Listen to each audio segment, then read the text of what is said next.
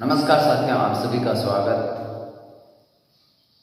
और हार्दिक अभिनंदन करता हूं मेरे इस थार की आवाज़ यूट्यूब चैनल पर। आप सभी का स्वागत। आज मैं इस वीडियो में चर्चा करूंगा राजनेता के कुछ ऐसे बयान। हमेशा राजनीति करने वाले, राजनीतिक क्षेत्र में रहने वाले तमाम साथियों से मेरा रिक्वेस्ट रहेगा, हमेशा कुछ राजनेता अपने बयानों को लेकर के ट्रोल रहते हैं, चर्चाओं में रहते हैं। उनके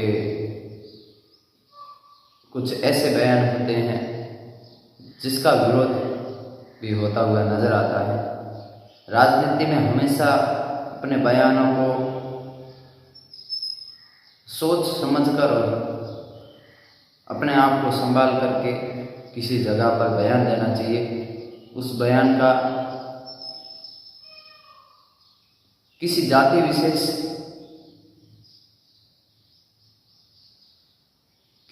विशेष या कुछ ऐसे समुदायों को ठेस न पहुंचे, ऐसा बयान भी देना चाहिए। राजनीतिक जीवन में राजनेता के बयान होते हैं जिससे वो चाहता है कि लोगों को इम्प्रेस करे, उसके साथ जुड़े, ना कि लोगों को तोड़ने के लिए बयान देते होंगे। कुछ ऐसे ही बयान को लेकर के मैं चर्चा करूंगा। बाड़मेर जैसलमेर की राजनीति में एक राजनेता जो 4 महीने पहले अपने बयान किसी राजनेता के ऑपोजिट खुलकर राजनीतिक मंच पे अपने समर्थकों के साथ साझा करते हुए दिखे थे, जो दोनों एक दूसरे के आमने सामने चुनाव लड़े। उस समय के दौर में वे उस राजनेता को लेकर के बहुत कुछ आरोप भी लगाते हुए दिखे थे। सुनाऊंगा वो ऑडियो क्लिप। साल पर में एक रिफाइनरी की बात है। चुनाव जीतने रिजल्ट आने के बाद में माननीय विधायक जी का कई गुंडा लोग बट रिफाइनरी में जा और आरएलपी का कार्यकर्ताओं ने और कंपनी वालों ने धमकाउन लाग गया कि हमें बोंगो राज गयो प्रोन मारो राज आए रो जो को हमें हैंगो नहीं बोने बारे काटो। मैं बहुत गुंडा हूं, मैं बहुत बदमाश हूं, मैं बहुत बेईमान हूं, वो पूछना चाहूं कि मारे कने राज थयो हो। वीडियो क्लिप भी आपको जरूर सुनना। और मात्र 4 महीने बाद यानी कि विधानसभा चुनाव के दौरान दिया गया बयान, किसी दल को लेकर के भी दिया गया बयान, और उसके बाद 6 महीने बाद जब लोकसभा का चुनाव संपन्न हुआ और उसके बाद जब अभी के टाइम में उसी मैटर को लेकर के जिस मुद्दे पे उन्होंने बयान दिया था, उस मुद्दे पे बदलते हुए स्वर, अपने सुरों को बदलते हुए नजर आए। आखिर क्यों, क्या है इसकी सच्चाई? हमेशा राजनेता को अपने बयान जो भी रहते हैं उसको माप तोल करके ही देना चाहिए, जिसके चलते उनको भी कहीं ट्रोल ना होना पड़े। एक उदाहरण पेश किया था कि ठाकुर का कुआं एक कविता है उसके ऊपर, और उन्होंने अदरवाइज दूसरी तरफ ले लिया। लेकिन अब लगाने वालों को पूछो ना कि वहाँ जाके देखे ना, उठा के देखे कि किसने रिफाइनरी में सबसे ज़्यादा काम किया है, और जो संख्या में ज़्यादा है वो तो ज़्यादा ही लिखेंगे। उसमें तो कोई अतिशयोक्ति नहीं है, पर काम किसने ज़्यादा किया है वो खुद वहाँ आंकड़े उठा के देखे, उनके रिफाइनरी वालों से डाटा ले कि किसने क्या काम किया है। ऐसे किसी के ऊपर फालतू के बेमुदिया आरोप लगाना बिल्कुल गलत है, और इस तरीके से किसी को बदनाम करना ये भी ठीक। उनके प्रति जनता का भी झुकाव रहे। एक ही इंसान के प्रति 4 महीने बाद यदि स्टेटमेंट चेंज हो जाता है तो बहुत कुछ बयां करती हैं उनके प्रति उस राजनेता का दृष्टिकोण। जनता में आक्रोश या जनता को लुभाने के लिए किसी भी प्रकार का कुछ ऐसा स्टेटमेंट या ऐसा बयान जनता के सामने नहीं देना चाहिए जबकि आपको उसकी हकीकत का पता ना हो। शायद हकीकत का पता हो तो उनका भी आपके साथ कुछ योगदान रहा हो, उस चीज़ को लेकर के आप अपने बयानों को चेंज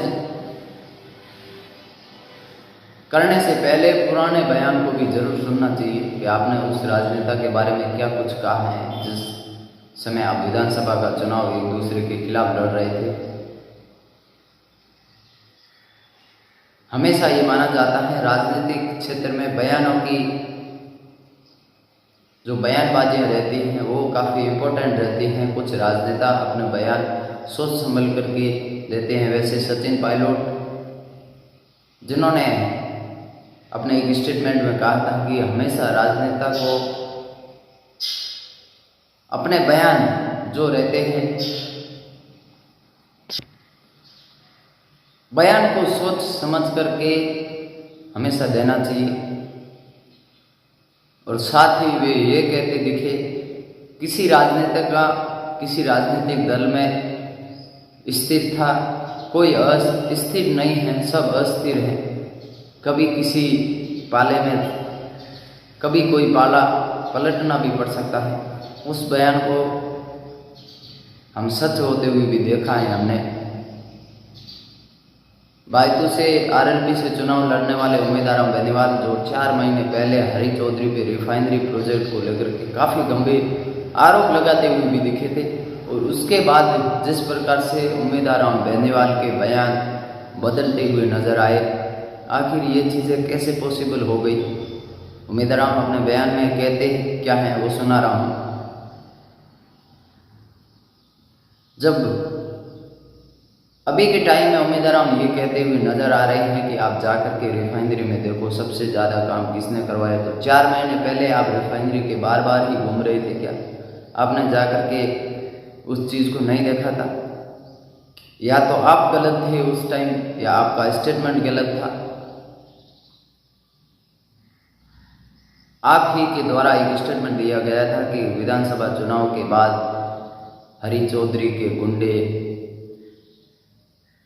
फलाने के गुंडे, और आज जब वे जिस पार्टी से विधायक हैं हरी चौधरी, उनका सत्ता दल में कुछ नहीं चल रही है, फिर उन्होंने 4 महीने के अंदर कैसे वो चीज़ें कर ली? क्या ये जनता स्वीकार करेगी ऐसे स्टेटमेंट? एक दूसरे को लड़ाने की राजनीति निकल कर के सामने आती हुई नजर आ रही है। दोनों की विचारधारा क्या कुछ बयां करते आप स्पष्ट शब्दों में समझ चुके होंगे। हमेशा राजनेता को अपने बयान को तोल करके, माप तोल करके ही जनता के सामने या किसी भी मंच से देना चाहिए, क्योंकि उस बयान की काफ़ी कुछ इम्पोर्टेंस उसके राजनीतिक जीवन में भी रहती है।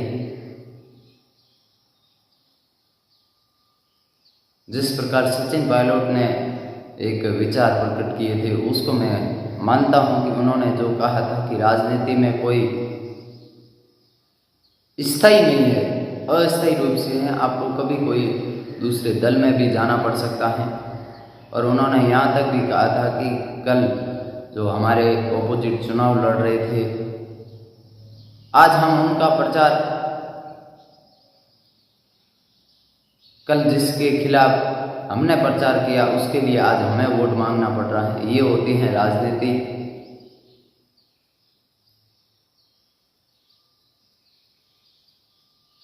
इसीलिए हमेशा राजनेता को अपने बयान जो भी रहते हैं उसको माप तोल करके ही देना चाहिए, ना कि ट्रोल होना चाहिए। राजनीति में हमेशा बयानों की जो राजनीतिक बयान रहते हैं उसकी काफ़ी कुछ महत्वपूर्ण रहता है उसके राजनीतिक करियर में भी। इसीलिए मैं तमाम राजनेताओं से भी ये आग्रह करूंगा कि हमेशा अपने बयानों को माप तोल करके ही जनता के सामने भी प्रकट करें, क्योंकि आज और पुरानी राजनीति में काफ़ी कुछ अंतर है। आज सोशल मीडिया का ज़माना है, हर किसी के पास वो बयान अति शीघ्र ही पहुंच जाते हैं, जिससे कि आप ट्रोल होते हैं। जनता उस बयान को सुनती हैं और कुछ ऐसे भी रहते हैं जिससे उस बयान को ठेस भी पहुंच जाती है। इसीलिए हमेशा संभाल करके ही अपने बयानों को प्रकट किया जाए, जिससे कि काफ़ी कुछ नुकसान ना हो। राजनीतिक क्षेत्र में पक्षपात, जातिवाद, समुदायवाद ऐसी चीज़ें निकल करके आगे नहीं आए। धन्यवाद, मिलते हैं नेक्स्ट वीडियो में। इस वीडियो को ज़्यादा से ज़्यादा शेयर जरूर करना।